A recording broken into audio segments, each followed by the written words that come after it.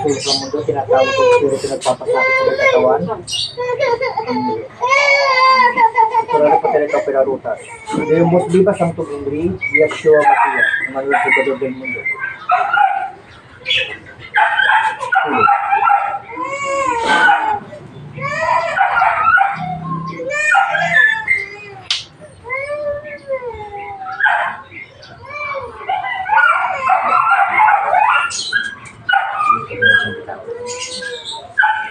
Ginamit ko itong ibang katawan para mahuli lang natin. Akdugi. Pasok sa katawan. Huli ka. Ikaw ba nagpapasakit kay Angelo? Pwede ba tayo mag-usap? Ikaw ba nagpapasakit kay Angelo? Ito pala yung nasa likod. Ikaw ba nagpapasakit? Pwede ba tayo mag-usap? Wala pa akong ginagawa. Pwede ba tayo mag-usap? Ikaw ba nagpapasakit kay Angelo? Ha? Bibitawan mo na to. Bibitawan mo na? Sagot? Igsak. Igmak. Igso. Bibitawan mo na si Angelo. Ba't mo pinamamahayan ang katawan nito? Pwede ba tayo mag-usap? Anong klaseng engkanto ka? Anong klaseng engkanto ka? Ha?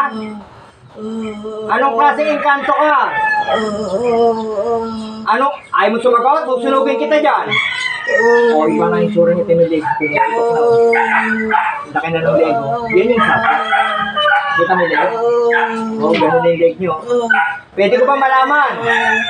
Ha? Bibitawan mo na yung si Angelo? Ha? Anong klaseng engkanto ka? Anong klaseng engkanto ka? Pwede ko ba malaman? Ha? Babagsakan kita dyan ng bolang apoy.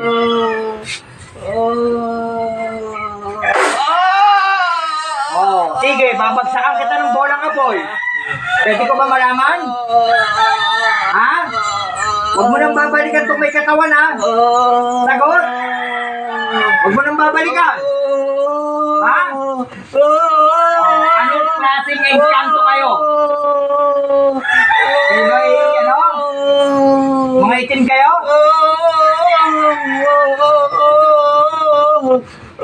Bagsakan.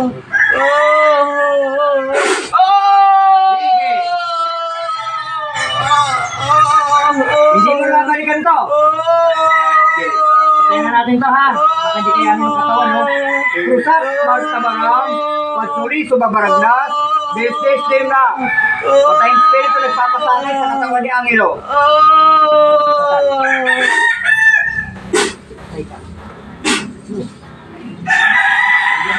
Sabi ko sa ibang katawan yun, tol.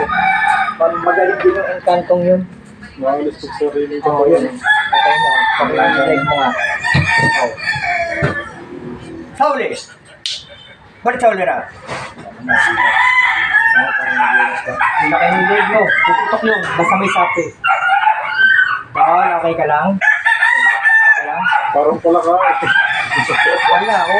Laki ng leg mo. Dahil kita yun. Ito may leg ko. Bumuka ng gano'n. Pero kasi pag sinasapian.